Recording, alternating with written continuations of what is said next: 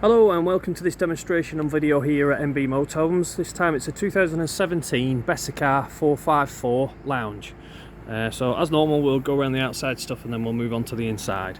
So first things first then, come to the passenger side here. We have the fuel filler. Okay, so that's where your fuel goes. You do need the engine key into there, so diesel fuel into there.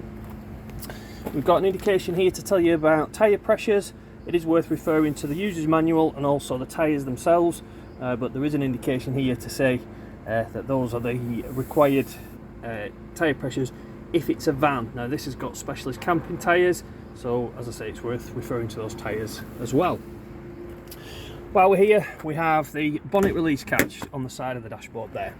The blackout blinds are operated by pinching this together like so, drawing this across. There's a magnetic strip which holds it in position.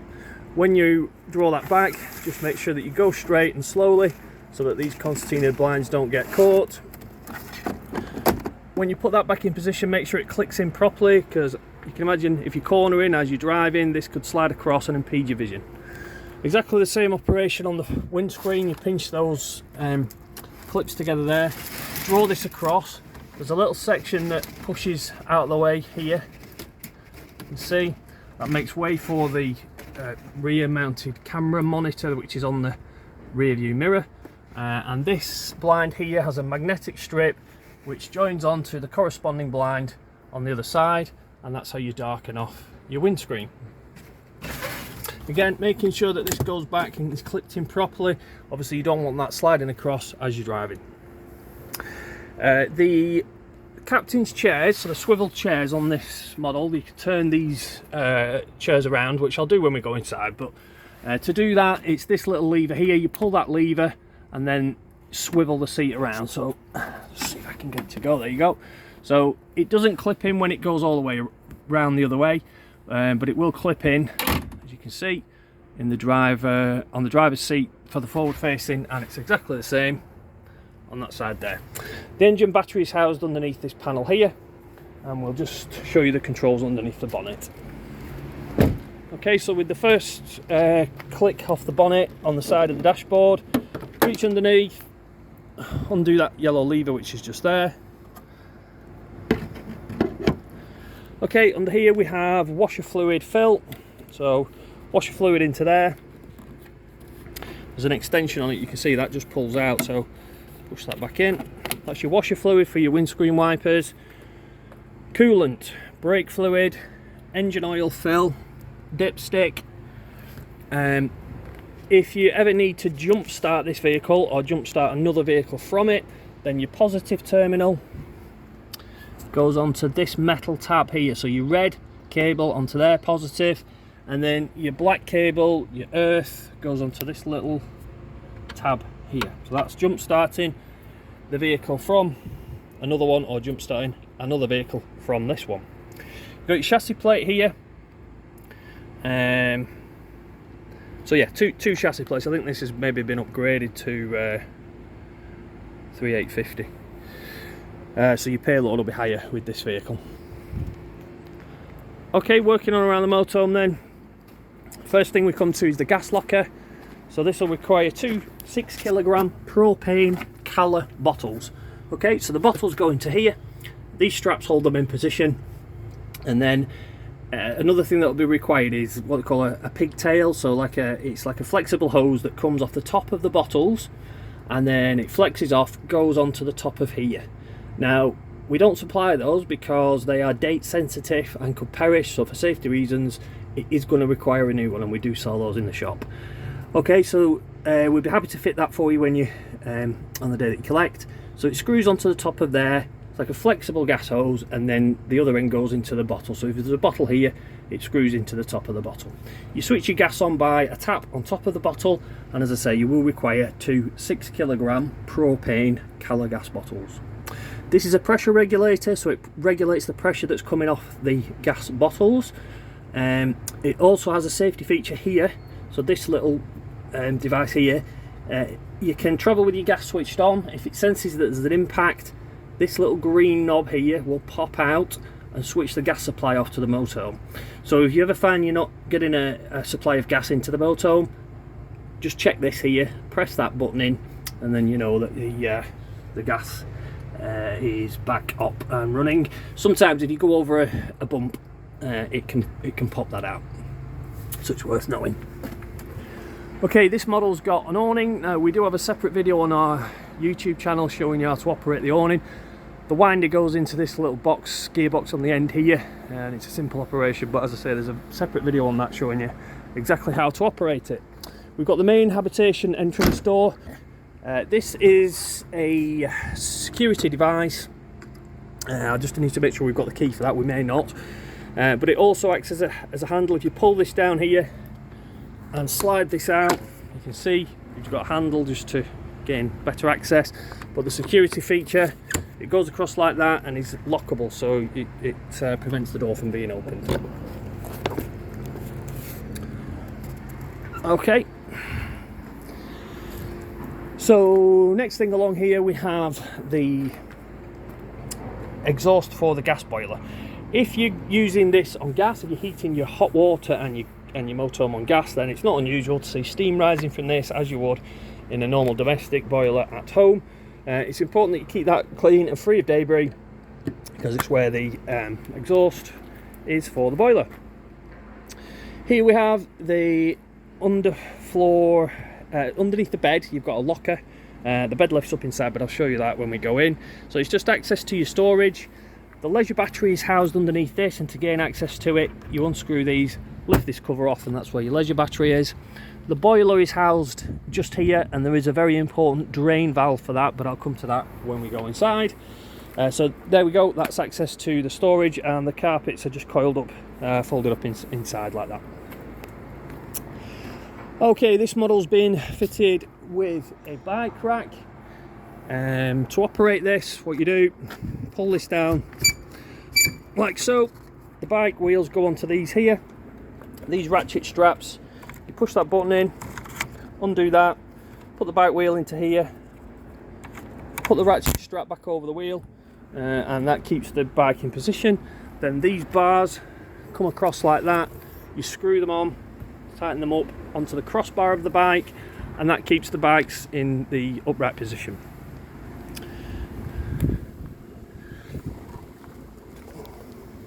So these chocks slide up and down on the rail, obviously for the different wheel base lengths of the bikes.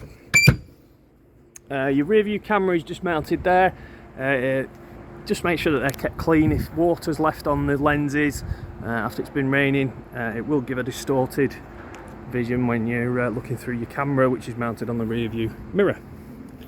Okay, next thing along then is the toilet waste. So everything that goes down the toilet, it ends up in this cassette here. There's an indication on the toilet itself to tell you how full that is, but it'll become clear when I pull this out. So to empty this then, you lift up this handle like so, slide the cassette out. So in theory then this would be full of toilet waste. To empty it, slide that forward, unscrew the cap off the end, and then with the cap off the end, turn the whole thing upside down and pour the waste away out of this nozzle here. As you're doing so, press this button in here. What that does is it lets air in as the liquid is going out, so it makes it one continuous flow rather than glugging. When you've done that, this will require then the toilet chemical to be put into it. Once you've emptied it, what I tend to do is, so you open this up like that. So you slide that cover back, open this, turn this dial here, and it gives you access into it. It's called the blade, so that opens up the blade like so. So what I tend to do is once I've emptied it, fill it full of fresh water again, swirl it around, and then empty it out of the nozzle again. Once you've done that, then you put the required amount of toilet chemical into here, or the little blue sachets, whichever you choose to use, and then it's ready to use again. So to close it, close that back up, slide that forward, put your nozzle back in, and then it's ready to go again. This does have wheels on it, you can see there, and an extendable handle to allow you to take it over to the disposal point.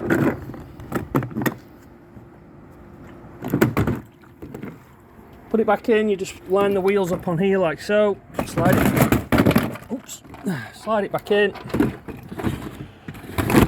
Just make sure that that little handle goes into its slot like so. That's lockable, and you need the motorhome keys to do that. Okay, so that's the cassette. Underneath that we've got a pipe here. This is the wastewater tank. Okay, so everything that goes down the shower and down the sink in the motorhome ends up in this wastewater tank here. To empty that, you can see it's a tap system, so that lever there, that I'm guessing would be open. To close it, lift it up like so. Okay, there's an indicator on the control panel to show you how full or empty that is, and we'll come to that when we go inside. Working on around the motorhome again, then we've got the fridge vents.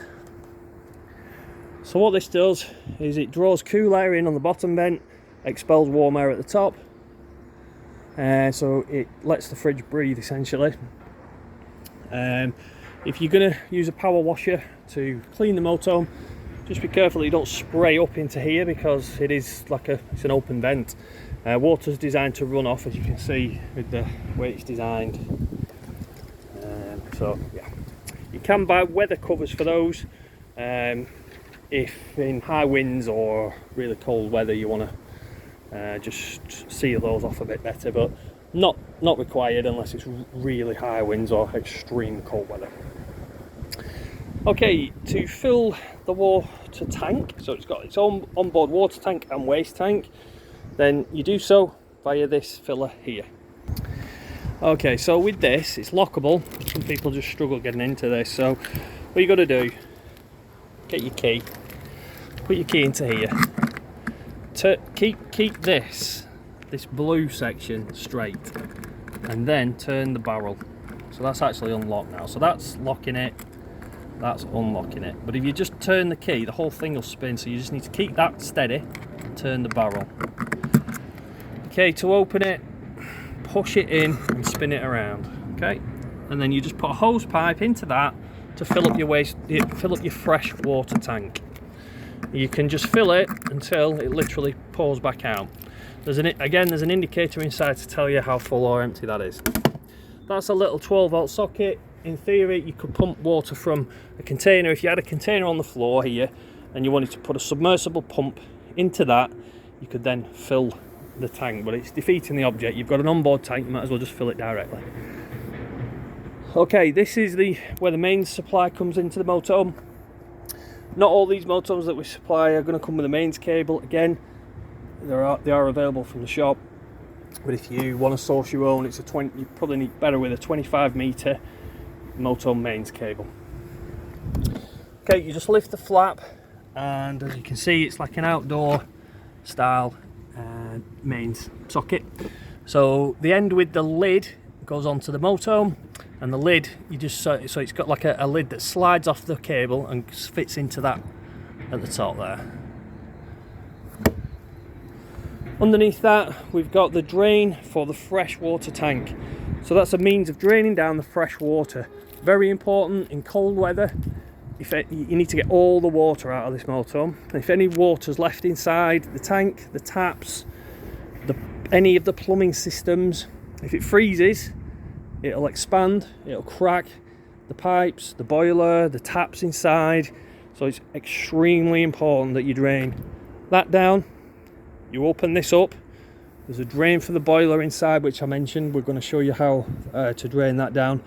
Open up all the taps in the motorhome as well, so it lets the air into the taps as the liquid is coming out, the water's coming out of the bottom here. So procedure is, open this, your waste tank, the boiler inside, and open up your sink taps and your shower and all the taps inside. Alright, we'll move on to the inside of the motorhome now, and I'll show you the controls in there.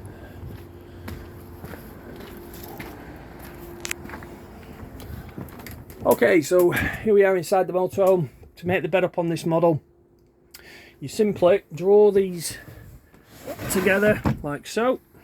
You just pull out like that, and then you put this centre cushion on top of this here, and then you drop the seat back down. So you pull this across like that. they're slightly better if you turn them over because you don't get the ridges then. And then you put this into this gap here. To get these off these little retainers here, you just need to pull where it says pull, and then that releases it. Exactly the same operation on that side. So you pull out the frame, so that's the support for the bed. Pull the base cushion into the centre and drop the back into the gap that reveals, and then you've got your bed across here. Okay, this little flap here that is access into the freshwater tank. There's two doors. You just lift that flap off, and there's another one exactly the same, looks exactly the same underneath that. And then on the top of the tank there's a cap. You just unscrew it. It's only really if you ever want to sanitize the tank, you can take those off and put like Milton or sanitary products into there, so that it'll sanitize the tank. So, but don't drink from the tank. I mean, you better using bottled water to drink from. It's all right if you boil it, but yeah. So that's just access to the tank. Yeah, so the swivel seats, as mentioned previously, are dealt with via this little lever here. Right, so we've got the control panel above the door here. So this is your main motorhome control panel. It's all switched on. Okay, so you switch it on via this button here. So you can see power off, switch it on. Comes up, that Sergeant is just the model number of the control panel. So you can flip through your menus here. On this we've got 13.2 volts in the battery. It's 1138, the solar panel's working, and we're using the leisure battery. Okay, so if we go through that, you've got system settings. I really wouldn't go into that unless you need to, but it is explained in the instruction manual. But for the purposes of this video, I'll just show you the main controls. Okay, heater settings, again, no need to go into that. That's dealt with on a separate control panel, which is here. Dimmer level, so you can set the how bright you want the control panel. Internal temperature 17. Right, AC limit. This doesn't have air conditioning. You can set the amperage that you want the air conditioning to be, but irrelevant on this model. Tank heaters. You can set the tank heaters to on or off. To do that by pressing the middle button like so. So I'll leave those switched off. You can select your leisure or your vehicle battery. Leave it on leisure unless it's an absolute emergency and you want to use your vehicle battery to power your motorhome. But obviously if you discharge your leisure battery and your vehicle battery, you're not going to be able to start the engine. So leisure battery, just leave it on leisure battery. But if you discharge your leisure battery and it's an emergency and you need the lights on, then you can select your engine battery. Okay, so we've got 4.6 amps coming in from the solar panel. Vehicle battery is in good condition. Leisure battery is being charged by the solar panel, as indicated by this little thing here. If that goes up to here, it's charging. If it goes down here, it's drawing charge. And we're back to the main menu. Got a light switch here. These are if it had an electric drain for the fresh and waste tank, but this has been fitted with the taps, so you drain down the tanks with the taps, which I've already shown you. Okay, this Aldi control panel, this deals with the heating, and it deals with the heating of your hot water as well. Sorry, just going back to this control panel. You've got your light switches here, and you've got a water pump button here. Okay, it's just telling us that the water level is low, so you need that pump switched on in order to get water out of your taps. When you first fill up the freshwater tank, there's no water in the pipes leading from the tanks to the taps. What you need to do is fill up your freshwater tank, switch this pump on, come to your kitchen sink, turn your tap on hot, switch it on, and wait until you get a pure flow of water like that coming out of your tap. What you'll find is it splutters and you just hear it hissing with air coming out. You're pushing all the air out of the pipes. So you must do that before you switch your boiler on, okay? So first things first, when you get to site or before you set off, fill up your fresh water tank. Before you switch your heating on, prime the system. So switch your tap to hot, wait until you get a pure flow of water coming out, and then you're ready to switch your boiler on. Okay, so back to the boiler then. So switch it on, the on button, as you would expect. Okay, so right, it's on. Let's go into the menu and see the controls. You've got your heating setting here, so you can select your temperature that you want the motorhome to be. So 22 degrees room temperature. That sorts itself out, and it's thermostatically controlled and will remain at 22 degrees. This is your water temperature. So I don't really know why they give you this option, but just put it on full, unless you're worried about using up a lot of gas. But you might as well just leave it on the highest temperature, mix it with the cold water for a lot of warm water. If you just leave it on low, you mix it with the cold, it'll run out faster. So just leave it on the highest. Okay, the next two buttons down are what fuel you require the boiler to run on. Okay, so we've got a picture of a electric symbol there. So 1 kilowatt of electric, 2 kilowatts of electric, 3 kilowatts of electric. The reason they do that is if you're on a site abroad and it's a low amperage site, if you put it on 3 kilowatts, you're likely to blow the fuse on the site. Okay, so they'll tell you this when you arrive at sites, but in the UK, 13 amp sites is capable of running 3 kilowatts. If it's a low amperage site like 8 amps, sorry, you might struggle even with 1 kilowatt, but that's the reason for that being there. And then you can run it on gas. So the green button indicates that we've got the gas switched on and ready to use.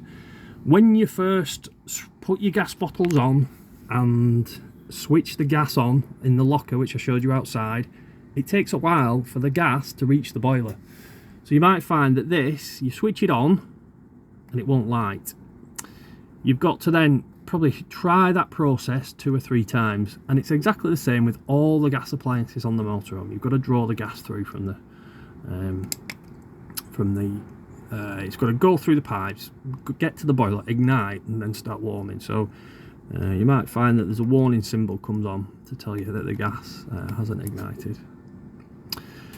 And that's it. There is a settings menu, again pointless on this video because there's too much to talk about, but that's how you use the heating system. To switch it off, it's the off button. Right, I'll walk around in a methodical manner this way around the motorhome and to show you all the controls. You've got an extractor here. In order to get that open, twist this, switch the on button on, and you can select which direction. You can see there. Don't switch between the directions really fast, because if it's gone full, the fan's on full, drawing air in, and then you switch it on to full, pulling air out, you're stressing the motor. So switch it off, wait for the fan to stop, and then change direction.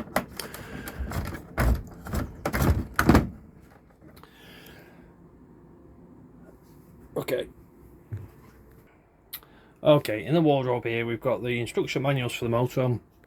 This has had an aftermarket max view satellite dish fitted, not covered under the warranty. I've pressed the button, it comes on, it seems to find a satellite, but you'll need a satellite box that goes into this wiring here. Again, it's not covered under the warranty and it hasn't been checked on the pre-delivery inspections. Seems to work, but there's no guarantee that that is the case. However, it does have a television aerial, which is this here, and in order to better get a signal through this, you can unscrew that, push this up through the roof and adjust it, and that in theory then should give you a better signal. The amplifier box for the television aerial is here, and there's some instructions on which way to point this aerial when it's not in use. Okay, we've got the bed here. This lifts up, the whole bed frame lifts up, to gain you access to the storage underneath the bed. There's a freestanding table which is just stored here. This is the boiler, so this is the boiler that I showed you the controls for. And again, I mentioned outside, it is deadly important that in winter, whenever you're not using the vehicle, if water's left in this boiler, you can imagine it'll freeze in winter, and it will expand and crack the boiler, and it's an expensive replacement. You can see you've got to get all the water out of all these pipes here, so it's really important that you do this. The drain to do that is that yellow tab there. Okay, now you might notice that it's pointing horizontally. To open the boiler and drain all the water out of it, lift that up so that it's pointing vertically. Okay, so you can see that yellow tab here is pointing vertically now. That will drain all the water out of the boiler. It won't work, the boiler won't work, you can't fill it when that is in that position because it's a tap which is pouring all the water out onto the floor. So to close it, it's got to look like that. If you're not sure of anything, we'll be happy to just point that out again and run through it with you on the day that you're collecting, but yeah, that's how to drain the boiler down. Right, and the toilet, you've got your shower head. I would travel with that taken out of there and just hanging down, because it's actually alright, because sometimes this shower head can fall out of its retainer into the plastic tank and into the plastic tray and break the tray, so it's actually got that retainer, which is quite good. Right, to the toilet, to use this, okay, so it swivels so you can position it better. Lift the lid, open up this, so you can see on the front there, this slides, okay, and it opens up the blade on the cassette which I showed you outside. Okay, so open the blade up, use the toilet, press the flush button, and then make sure that that blade is closed back up. The reason for that is if you travel and there's toilet waste in here sloshing about, it could be a messy disaster, so you don't want that. When the cassette's full, a little light comes on there, but you can actually see down into there because the toilet chemical is bright blue, so you can actually see the levels that you're getting to. Light for the bathroom is just there.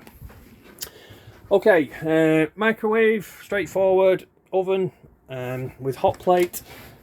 If you've been using this electric ring, let it cool down before you close this glass lid. If you close this glass lid when that's red hot, it'll just shatter that lid. Right, your fridge, it'll run on 3 power sources. It's called a 3-way fridge.